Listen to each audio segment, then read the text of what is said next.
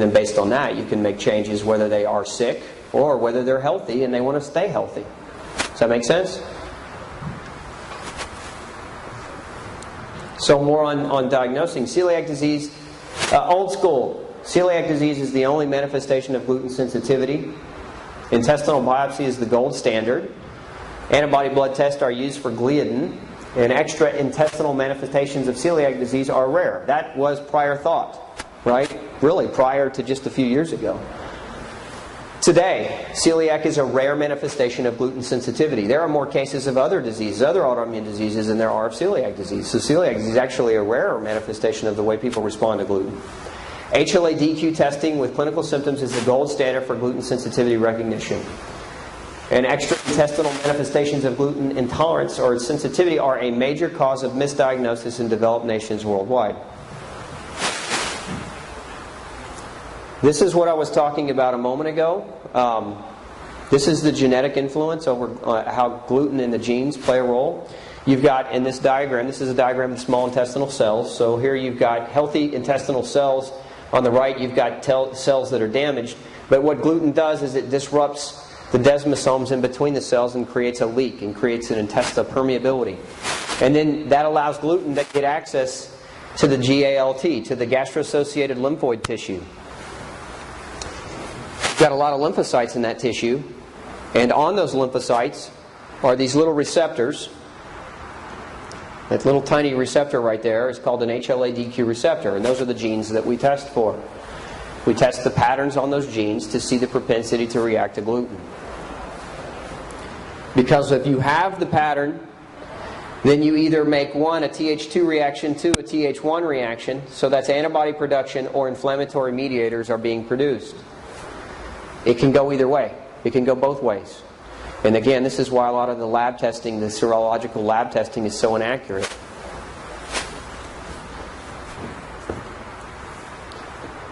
This study found that one of the most common reactions in patients with gluten was interferon gamma production. Not antibody production, but interferon gamma. How many of you measure that? No hand goes up because no labs really look for it. This is just a more simplified diagram of what I showed you a minute ago, where you have a lymphocyte here at the core. The HLA-DQ genes are on chromosome 6. You've got an alpha and a beta 1 gene. And they produce that HLA-DQ receptor on the surface of the cell that, when binding to gluten, has the propensity to create an immunological response. These are the gluten-positive genes. So these are the genes that we've studied. You probably have all heard of HLA-DQ2 and HLA-DQ8 genes and their association with celiac disease. But there's a family of genes that are non-HLA-DQ2, non-HLA-DQ8. So DQ1s and 3s are the primary two other families that we see linked to gluten sensitivity. And these are a couple of the different research studies that identified those different genetic markers that we look at.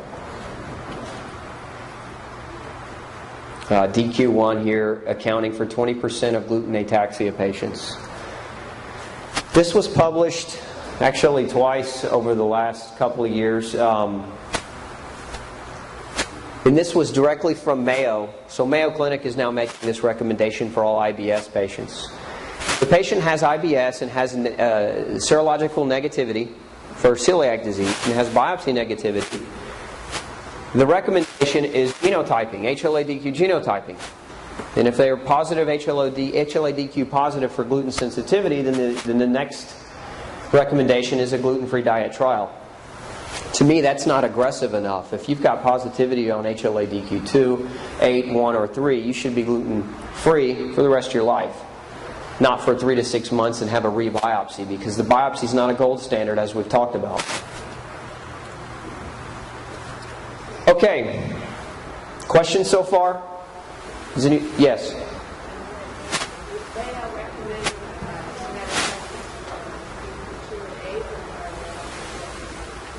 Great question.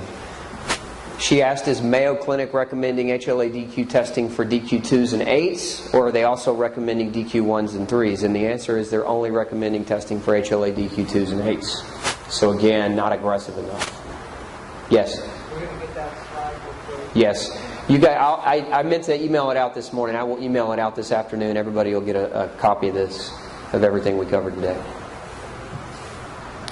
Let's talk a little bit more about history. In 1943, the fortification of grain. You couldn't sell grain in the U.S. without fortifying it. In 1943, the FDA mandated that. And the reason why is because when you have processed grain, especially rice, it induced disease. Okay, so what happened was the government said no more sales of cereal unless you fortify it with B vitamins, folic acid. Well, folic acid didn't come along until I think it was 1995, but you had to fortify with vitamin B2, vitamin B1, iron, and some other nutrients as well. But mandated that you couldn't sell it without fortification. And the reason why was because it caused frank disease. Beriberi and pellagra. Well, beriberi, do you know how beriberi manifests clinically? Most doctors don't because they think it's a third world country disease that they'll never see in their life. But beriberi manifests as congestive heart failure. And about 10 years ago, there was a major hospital study done where they were looking at patients with congestive heart failure who were hospitalized, and one of the things they found is widespread beriberi among these patients. And the reason why is because treatment for congestive heart failure is the use of diuretics, and diuretics cause vitamin B1 deficiency. So the very thing you're treating congestive heart failure with is the same thing that comes back and reinduces congestive heart failure in another manner. So, back to the grain. My question to you, because the argument I get over and over again is, isn't grain healthy? Aren't we supposed to get whole grains? Isn't grain like the godsend of all foods, right? Staff of life? Well, in the Bible it also says that Adam and Eve were cast in Genesis. God's punishment of Adam and Eve was to cast them out and have them toil in the fields, and that was part of their punishment. So you could think about it two ways. You're going to have to grow grain and be sick as a result of eating it, or you can think of it as the staff of life. I'm not a biblical scholar, I'm just giving my own observation. But point being, we go back in time and we say the government intervened at a time when the FDA was a little bit more effective than it is today, saying that you can't sell this stuff to the populace because it's causing them to get sick. But the marketing effort of cereal companies turned that whole thing around and said, hey, they didn't say it like this. They didn't say, we fortify it so you don't get sick, so eat it. They said it like this: now fortified so it's even more wholesome. And then they created cartoon characters to market to your children. Right? Lucky Charms and Tony the Tiger, they're great, right? And they created this entire marketing effort to make customers at an early age. And so sometimes the biggest lies become the sacred cows of truth, even though there's no evidence supporting why we started eating grain in mass consumption anyway, other than it's cheap to grow, it's easy to subsidize because we have enough land and we can grow enough of it, and because now we've got all these genetic hybrids that will grow in drought, that will grow in weather, that will be resistant to bugs and pesticides and other things that we use chemically based to put on them. So we have to challenge the original observation that injection of grain in the United States, processed grain, actually led to frank disease. And we're not even talking about celiac disease, we're just talking about health, right? We're just talking about the origin of good, healthy food. Now, what I think is probably the most important thing for you guys to walk out of this room with today is this knowledge on studies where traditional gluten-free diets are now being studied and they're failing. They're not working. We see a large battery of people going on gluten-free diets, and they get better. Their symptoms improve. And when I say gluten-free, I mean traditional gluten-free: wheat, barley, rye, and sometimes oats, sometimes not oats, depending on who you're talking about. Gluten-free diets. And this study was done. This one was a 16-month study where they followed patients on a traditional gluten-free diet, and only 8% of them healed. Now that's long enough that we should have healing of the gut. But what they found was persistent lymphocyte infiltration in the gut and persistent inflammation. So why is it that the diet that's being recommended isn't working? And you look at what's happened in the same time frame is we've got half this industry that has come to cater to the celiac market. Have your cake and eat it too. We're going to make this product, we're going to make that product. Here's the cookies, here's the crackers, here's the bread. And so we ask a couple of different questions. We kind of have to ask a couple of different questions with this information. And one of those questions is, what about the other glutens? Right? What about the glutens in rice and corn? Have they really been studied? I'll show you some research in a minute where they have been. The other question we have to ask is, why are we going gluten-free in the first place? I think I just want to restrict my diet and be miserable. Right? That's not why we go gluten-free. We go gluten-free to restore health. Right? Generally, when somebody comes into your office, they're asking for your guidance, and you tell them, okay, you need to go gluten-free, and they do. But the origin or the whole purpose is to restore health, not just to have a fun diet restriction month, right? So if that is the purpose, if the purpose is health restoration, then we have to look at where some of these other products are coming from and what's being used to produce them. Right? So when we look at genetically modified grain, it doesn't matter whether it's corn or rice, we know that genetically modified corn induces liver disease and kidney disease in rats. We know that it's hard to digest. We know that you can put it on the ground and it scares bugs away and they don't want to eat it.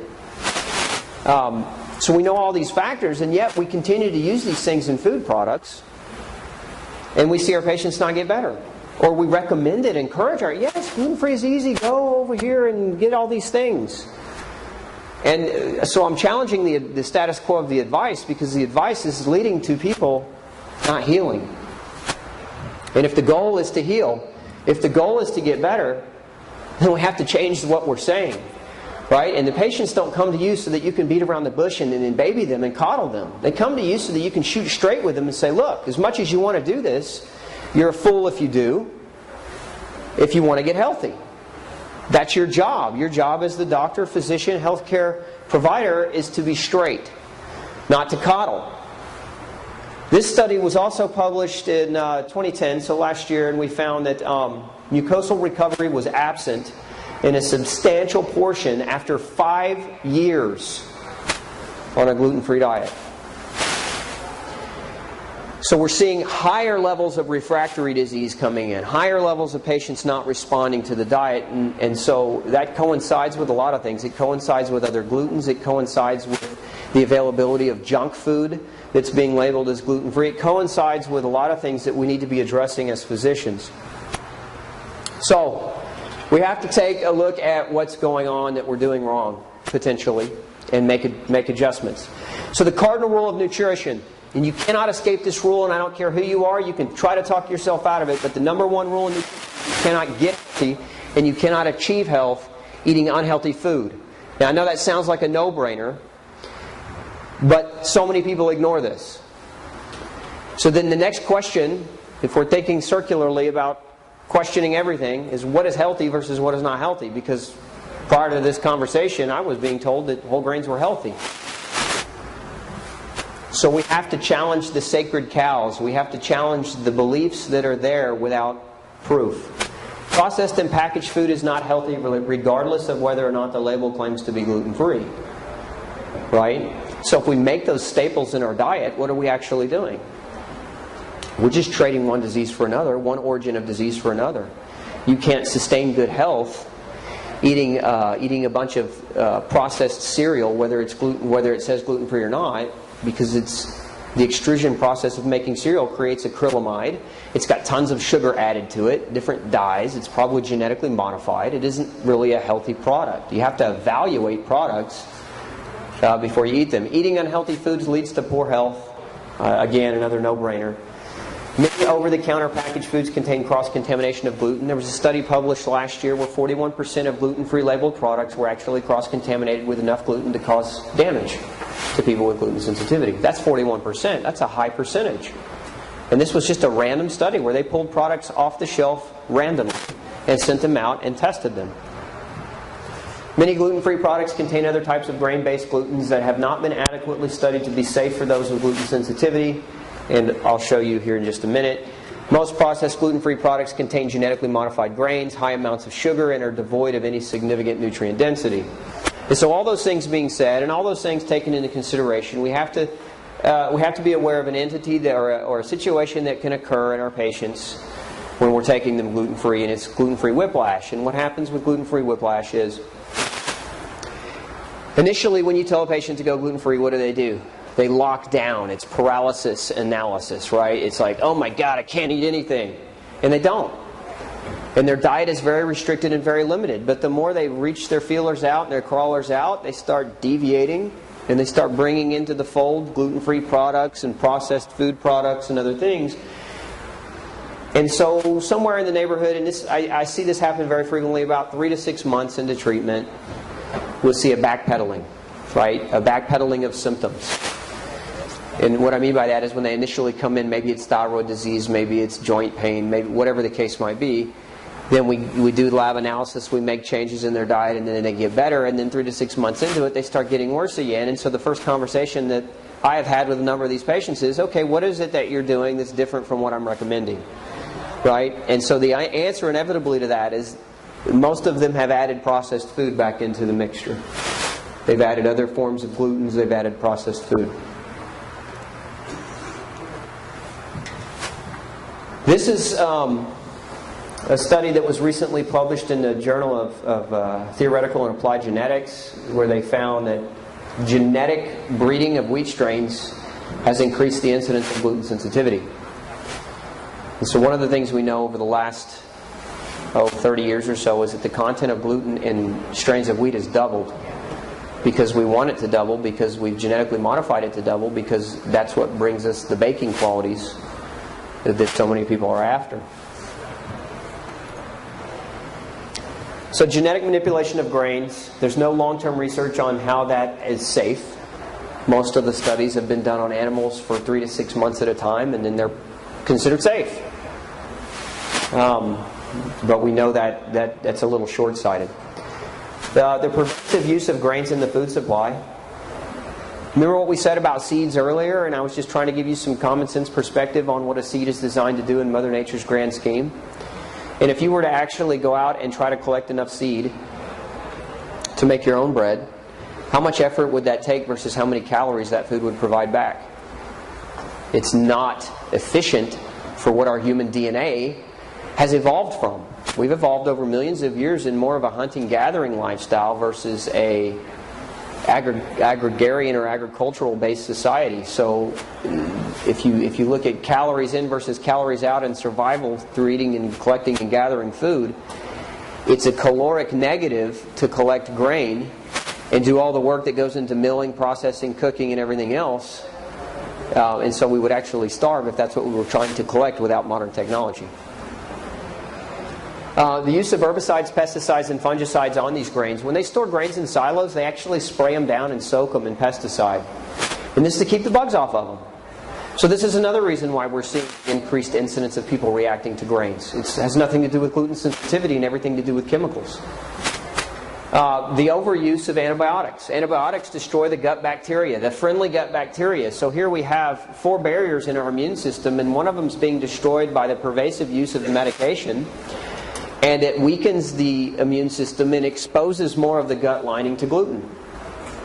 And when you expose more of that lining to gluten, you get more intestinal permeability.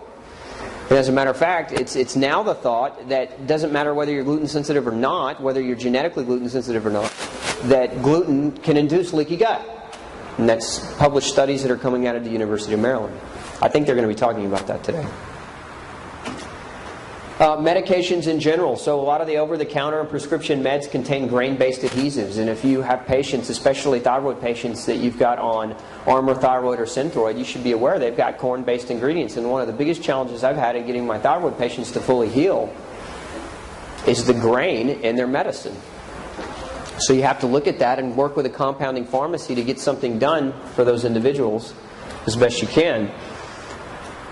Grain is cheap food. The government subsidizes grain, making it much less expensive to use as a staple food. So what is cheap and what makes money is what gets used. Commercialization. Everywhere you look, there's a billboard, a TV commercial, someone touting that whole grains are better for you. Look in the kids' school books today. Any of you ever look at the school menu? Is that not the biggest travesty ever, nutritionally, for our upcoming future generations? We're being taught that pizza and hamburger and nachos and steak fingers and chicken nuggets are food. Call it fruit. Frankenfood. And then degradation of the education system. Who teaches nutrition in school? Underqualified people. People who don't know what they're talking about. It's sad because the generation of children that are growing up are being told, you got to eat healthy, yet what they're being shown is that these things are okay. All these junk foods are okay. So what they're being shown and what they're being told are two different things. So this is like a dichotomy of the message that's being introduced to them, and nobody's really taking that spearhead and leading the way on that issue. And so, to me, as parents, you have to take notion into your own hand, and you have to educate your own children, and you have to unteach them what they have learned at school and reteach them a different way. And that's really all you can do, because I don't see that school's changing anytime soon. Every time I've done lectures at a number of public schools, and initially I'm met with open arms, but when I'm done talking, I'm kicked out and never called, and people get mad at me because I'm just so blunt and honest. And cheap food is cheap, and schools that have budgets don't want to change that fact. Okay, so what about corn? The earliest studies done on corn gluten were in 1978 and 1979, and they were done on patients with ulcerative colitis and Crohn's disease and celiac disease, and corn gluten was found to be detrimental in those individuals. Not all of them, but a good large percentage of them. This study was published in 1983, and I like the way that the wording is. Maize had low but definite activity, even though maize is reported to be harmless. What does that mean, low but definite activity? That means it had definite activity. That means reactivity. That means immunological response. And this was published in 1983 in the journal Gut. It is of interest that patients with celiac disease on a gluten-free diet had a lower incidence of wheat, but not of corn, antibodies when compared with those patients not on a diet. So again, another study backing up and confirming that corn is a major issue. Then we have this, and this changes the nature of the game, because we use this industrial enzyme called microbial transglutaminase when we're making packaged foods. It's one of the preservatives that gets used. And when we use microbial transglutaminase on corn and rice and other grains, you know what it does? It causes people to react to it in the same fashion that people would react to gluten, the same fashion that celiac patients react to gluten. So it's what we do in the processing of the food that actually can also contribute to and lead to the gluten sensitivity reaction. The serum and IgA response of patients with celiac disease to bovine milk could be related to gliadins and caseins sharing epitopes recognized by anti-gliadin antibodies as previously proposed. So what they're saying, all these people that say gluten-free dairy, gluten-free milk, gluten-free this, they're not. Patients, this is why, how many of you have patients that also react to milk? Right. Is it because they're milk allergic, intolerant? Is it because of the milk and the way the cows are being fed? These are the questions that nobody knows the answer to. I'm just trying to give the information so that you guys are thinking about it, so that you have a way to explain it.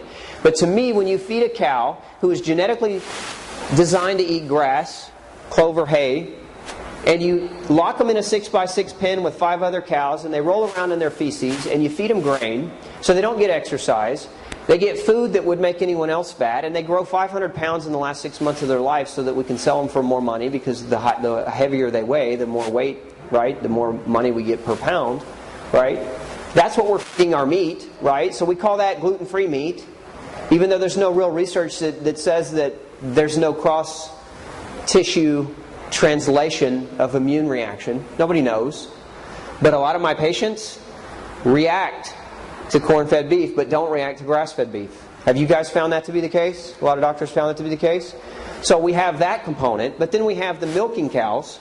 And there's 2 issues with milking cows in the United States. And one is that the milking cows are genetically modified so that the type of casein molecule coming from a Holstein cow resembles gluten. The structure is very similar to that of gluten. And so we get cross-reactivity between casein and gluten, which is why a lot of kids do really well on gluten casein-free diets.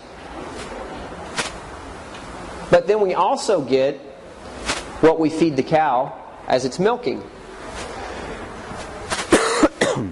And we know that cows have 4 stomachs and they don't digest the way we digest. But we know that they don't digest corn very well. And I have had many of my patients travel to Europe and drink grass-fed dairy and do just fine. But when they come over to the States again and try to consume dairy in the States from standard dairy farm, they do horribly awful and get sick again.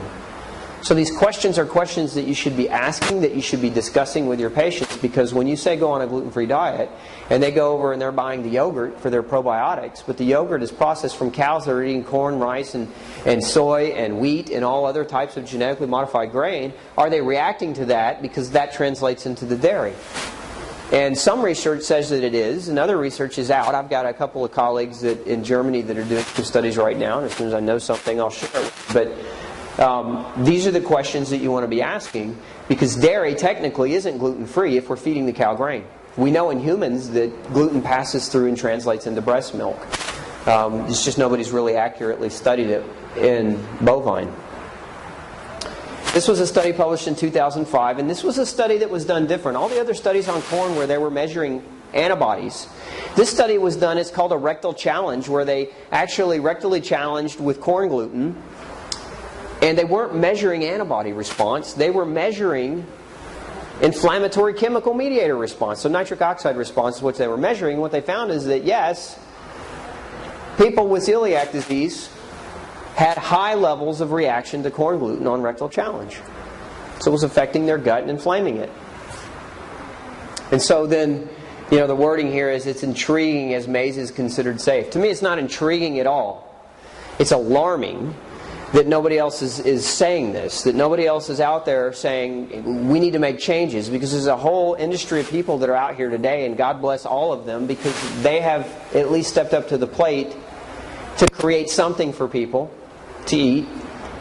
But this knowledge is not common knowledge, so that they can alter what they're doing to accommodate better the people that need that accommodation. This study was published in 1995. The allergens in rice, corn, millet, and buckwheat should be better studied before they can be recommended as alternatives for cereal allergic children. This study in the Journal of Pediatric Gastroenterology and Nutrition in 87, oats and maize caused immunologic response in patients with celiac disease. This study was published on cornflakes in 2000, and it was a case of psychiatric disease, neuropathy. Cornflakes inducing the problem. These studies were just published last year now. I say last year, but it's actually 2009 was when they were published. On rice. And we all think about rice as this really harmless, non-allergenic protein. And what these guys are finding is that rice is more allergenic than wheat. And one of the reasons why is what they're polishing the rice in is a corn-based microtransglutaminase washed residue. So, these are more questions, right? I'm giving you a lot of information so that we can ask more questions, right? So the question is are they reacting to the rice, or are they reacting to the way that we process the rice?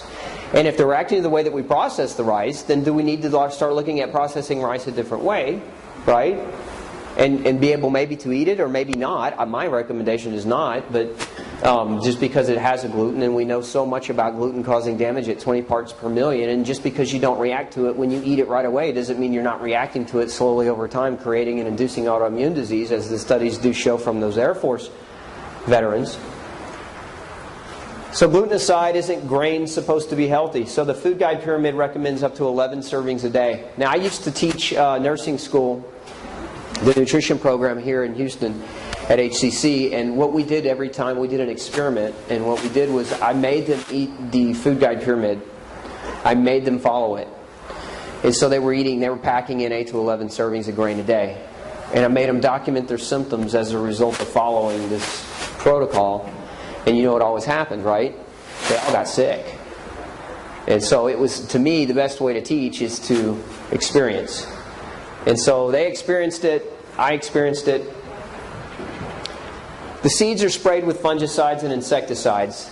The chemical nature of fungicides and insecticides are that they are petroleum-based estrogens. We are facing the highest level of breast cancer and uterine cancer ever, and the number continues to rise. And we know that one of the reasons why is environmental estrogen exposure. And so what we're soaking the grain in is actually an estrogen. The seeds are doused with hormones to aid in growth. Again, estrogen. The grains are stored in bins sprayed with additional pesticides. Drying of the grain before preparation damages the proteins and creates a substance known as acrylamide. Acrylamide is a very known potent carcinogen. It's why chips are bad for you, right? Because they're carcinogens. And then during the processing, we add dough conditioners, preservatives, other types of flours, like soy flour, and then we add hydrogenated oils oftentimes, and so none of those things are good for us, right? Here we're saying eat whole grains, and this is the way we're producing it. How healthy does that sound? Even if we're not talking about gluten. The nutrient properties of grains. If we look at grain just from a nutritional perspective, I get this from a lot of registered dietitians, and no offense if any of you are registered dietitians, but the argument I commonly get is, well, whole grains are good for you, and you're not going to get your fiber if you don't eat whole grains. And you get lots of fiber from fruits and vegetables. And you get lots of calcium from meats, fruits, and vegetables without using dairy. So there's a lot of sacred cow myths in nutrition that get taught and that get practiced. But grain is a very poor source of biologically available protein. So protein is classified into different terminologies, and one of them, the best type of protein, is called high biological value protein, or HBV protein. And this is protein that contains all of the essential amino acids that the body requires and needs to sustain normal physiological function. And if we don't have those proteins in the diet, then we end up with protein malnourishment and different diseases linked to low levels of protein. And even though we're in an industrialized civilization, and everybody thinks we don't have malnutrition, we have tons of malnutrition in different forms. And so grain is a very poor source of high biologically valued protein. It doesn't contain all the necessary and essential amino acids to sustain function. Grain is very low in eicosapentaenoic acid and docosahexaenoic acid, which EPA and DHA are the omega-3 fatty acids that help to modulate the inflammatory mechanisms within the body. And grain is very high in omega-6, so that's one of the reasons why it's actually very inflammatory. It incites inflammation. Grain contains anti-nutrients like oxalates and phytates and other lectins. Wheat germ agglutinin is a lectin found in wheat that we know can bind to other nutrients and prevent them from absorbing. But it also binds to the joints and causes joint inflammation. And then they contain autoimmune-inducing peptides. Gluten is probably the largest and well-studied family of autoimmune-inducing proteins. So when you have a food that changes hormone influence because of all those reasons we just talked about, and you look at grain, much like sugar, grain causes an excessive amount of insulin. There's a sugar in grain called amylopectin. And amylopectin is very, very strong insulin inducer. It's a very strong sugar.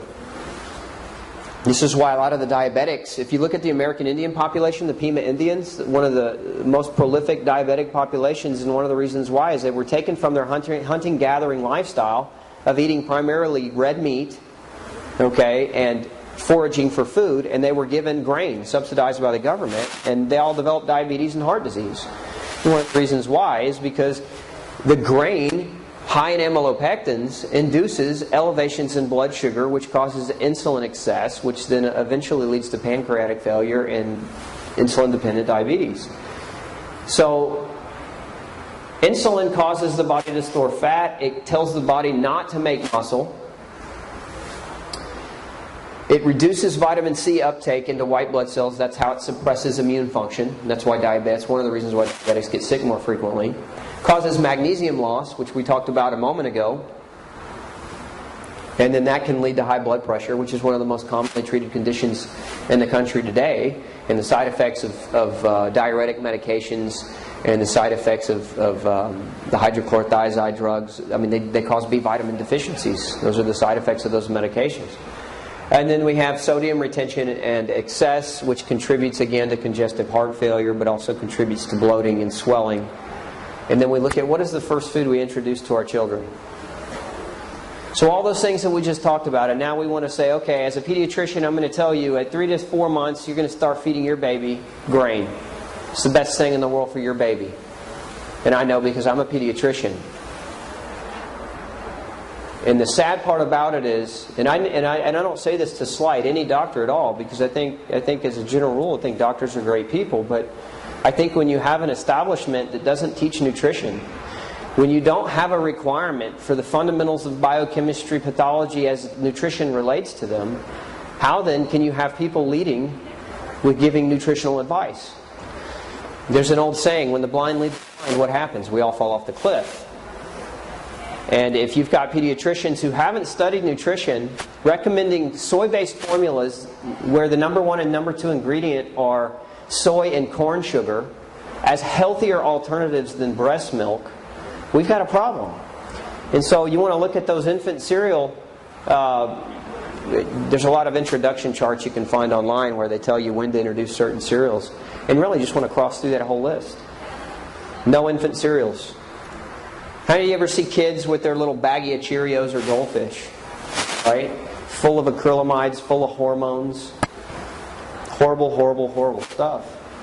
So then the big question for most people is then, what do we choose to eat at the end of the day? I'm stoic when it comes to food, meaning that, there's an old saying, another old saying, that food equals love. How many of you grew up where somebody gave you food out of love? There's a birthday party, you get a birthday cake. Mom bakes you a special dinner for your birthday or whatever the case. Food is used as a display of love, and there's nothing wrong with that. But I think what's happened is we've let it go a little bit too far in one direction, and we've created environments where we celebrate a little bit too frequently, right? Every weekend is a party. Every week is somebody's birthday. Then you got Super Bowl weekend, and then you got Memorial Day and Labor Day, and then there's this barbecue, and then there's Halloween, and there's this holiday. And so every weekend is a new holiday. And there's always a reason to celebrate with food. And food is the primary thing people draw to or reach for to celebrate. And one of the reasons why people celebrate with food is because of its drug-like properties. The two foods we celebrate with the most are grains and dairy. And grains and dairy both have morphine-based proteins that make us feel good and happy. And this is one of the reasons why food is love. Here's your cupcake, little Johnny. Now feel real good. Okay? You get your sugar fix, you get your morphine fix, all in the same place. But we don't look at food as if it's a drug.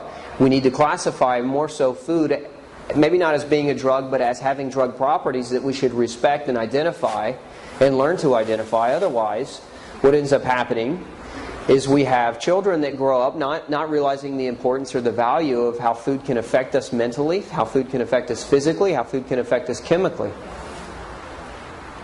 So, when it comes to eating, the advice I typically give my patients is meat is crucial. Red meat is crucial. Right? And I hate it if you're a vegetarian, I hate to bust your bubble, but this is humans, our DNA did not come from millions of years of vegetarianism. Our DNA came from millions of years of eating raw flesh and cooked flesh. And so as much as I respect somebody's right to not want to take another life, I respect my own right to maintain my own. And meat coming from a valid source of animal, coming from a healthy source of animal. And so you can't just classify meat as meat. Red meat is not all red meat is the same. If you study the chemical composition between grass-fed beef and corn-fed beef, it's not the same. It's a different fatty acid composition. It's a different vitamin and mineral composition. And you have to be very, very clear with your patients. They're going to spend 2 to 3 times more on their grocery bill, but they're going to spend a lot less on their medical health care bills over the rest of their lives if they get this part right. So meat, if it's red meat, should come from grass-fed animals, free-ranging animals. If it's fish, it should come from wild fish. Mercury be darned, right? I mean, I would worry less about mercury in the fish than I would about the genetically modified fed fish. Okay? Because a lot of people say, what about the mercury? Oh, I can never eat tuna. Well, okay, let's take the other stuff that you're eating. And you know what they do in the ocean is they cast these big nets on these fish farms, and they have these spinners over the water, and they spin out genetically modified grain. How healthy does that sound for a fish? How many of you have ever seen a fish jump out of the water into a cornfield, get a little snack, corn on the cob, and then jump right back into the water? It doesn't exist. But that's what we do. And we say and we claim that it's okay, but it's not. Common sense. So fish should be from wild-caught animals. Poultry and eggs, you're not going to escape at least not yet. I'm hoping to make some influence enough to get this changed. But most farmers today feed chicken, corn, and soy as a supplement. But many of them also, too, allow for free range. So they have migrating chickens on property where they can also catch bugs and worms, eat grass, things that chickens are really supposed to do, because chickens are actually jungle birds, not farm birds. But if you're going to eat chicken, free range organic are the two terms that you're looking for. Not just free range and not just organic. And the reason why, if it's just organic, that means that we're fed organic grains, but not free range. And if it just says free range, that means that they were free range but fed genetically modified grain with chemicals, right? So you want free range organic so that you get the best of both of those worlds. Dairy I don't really recommend. However, if you get a good source, a valid source of grass-fed dairy coming from cows that are non-Holstein based cows, typically Jersey cows are non-genetically modified cows that produce a casein in their dairy that is not detrimental the way that the Holstein cow casein is, then go with it if that's what you want to do. But even with that, I see a lot of patients react to dairy. So my advice is, what we know about human evolution is that humans typically lose their ability to digest dairy around the age of 3 when they wean from the teat. It's ingrained in the genetics, and so if you use dairy as a staple food in the diet beyond the age of 3, you're really looking for trouble. Fruits and vegetables, any organic variety that a person isn't allergic to. And one of the things that I recommend is testing what a person is allergic to, because if you're seeing a patient and they're gluten sensitive, and gluten causes intestinal permeability, and intestinal permeability causes additional food allergies to begin, and you don't go back and test for those food allergies, then what you do is you have a person on a gluten-free diet who gets some better but not 100% better, and then they start getting frustrated with the diet and then they want to quit. So it's good in the very beginning to test for vitamin and mineral deficiencies. It's good in the very beginning to test for food allergies so that you can address the diet in full at the very beginning of care. Nuts, non-grain seeds, and beans. I don't typically recommend a lot of seeds or beans for the reasons we talked about earlier, because seeds are designed to survive, including survive you. They're designed to survive your intestinal milieu. They're designed to survive your digestion. And if we're trying to heal digestion and we're trying to get a patient better, and they're eating a bunch of beans every day, how hard is that going to be on their digestion? And if they've already got gluten-induced digestive issues, it slows the process down, right? So the nuts are different. Tree nuts are different unless you're allergic to them. The tree nuts are more like fruit. Phylogenetically, they're more like fruit. So almonds, pistachios, walnuts, pecans, those things are all fine. Here was that study I was telling you about earlier on gluten cross-contamination in processed packaged food. 41% of randomly pulled products were cross-contaminated with enough gluten to create an issue. This is a list, and I'll get you this list as well, of the different grains and grain-like items I recommend avoidance of. And their explanations are here as well. And so in terms of additional recommendations, those of you who are in a position to help people get better, one of the best things that you can do is allergy tests. And I recommend, this lab is called Alyssa Act Biotechnologies, and if you recall that diagram I showed you earlier on food and allergies, they test for everything on the delayed side. No other lab that I know of tests for everything on the delayed side. Most labs only test IgA and IgG. But this lab tests IgA, IgG, IgM. They have immune complex reaction and T-cell reaction, and they have their assay as actually ex vivo, meaning it mimics the internal conditions of the body. So it's going to be a little bit more accurate than just a standard serum IgA or IgG test.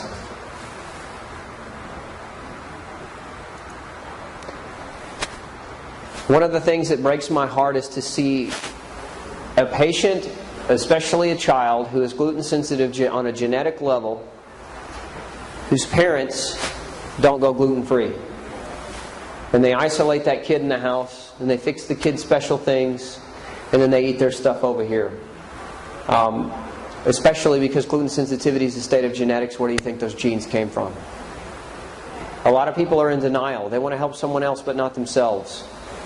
Right? So in terms of gluten sensitivity, if we're talking about genetically, get tested.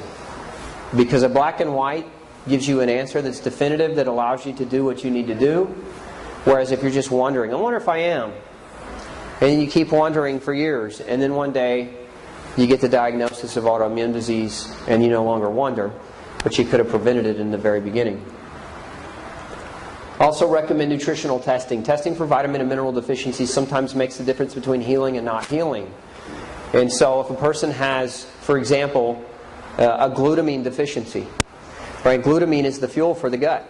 Glutamine is the primary amino acid. It's the fuel for the enterocytes. Glucose is the fuel for other cells in the body, but glutamine is the fuel for the enterocyte. Well, if they're glutamine deficient and they came in to see you and originally they had IBS and they're gluten sensitive, you can take gluten out of their diet. But if they're glutamine deficient, their gut's not going to repair and you're going to have a hard time getting them better. So doing nutritional testing is a very important tool to use in terms of getting these people better, because then you know what's missing and what to add back in. Okay, these are just some examples that I wanted to show you. How are we doing for time? You're doing okay. Okay, we got about 15 minutes. This patient came in with acute onset wasting, bowel pain, joint pain, skin rashes of unknown origin, and hypothyroidism. She was 22, 5'2", and only 85 pounds. She had, this is just her standard blood work, and so she had protein malnourishment, she had elevation in liver enzymes, and she had anemia. She was DNA positive for gluten sensitivity. She had also, we did a stool test with her because I suspected intestinal infection, and she had a parasitic infection. But she also had elevated levels of anti-gliadin, secretory IgA, so that's kind of double confirmatory. We had genetic testing that showed gluten sensitivity positive, but then we had double confirmatory with anti-gliadin antibodies being elevated. She was allergic to sugar. She was allergic to blue number 1. She was allergic to vinyl chloride, which is what outgasses when you get into your brand new car. The chemical that you smell, it's what your pipes in your house are made out of. So you can see she had a lot of work to do here. She was allergic to dairy. So she was allergic to a number of different things that we had to remove from her diet. She was low in iodine. She had hypothyroidism, and she didn't have adequate iodine saturation of her thyroid gland. She was deficient in vitamin C and vitamin B5 and vitamin D. This is another patient, and I'm going to see if we can get the sound on this, because this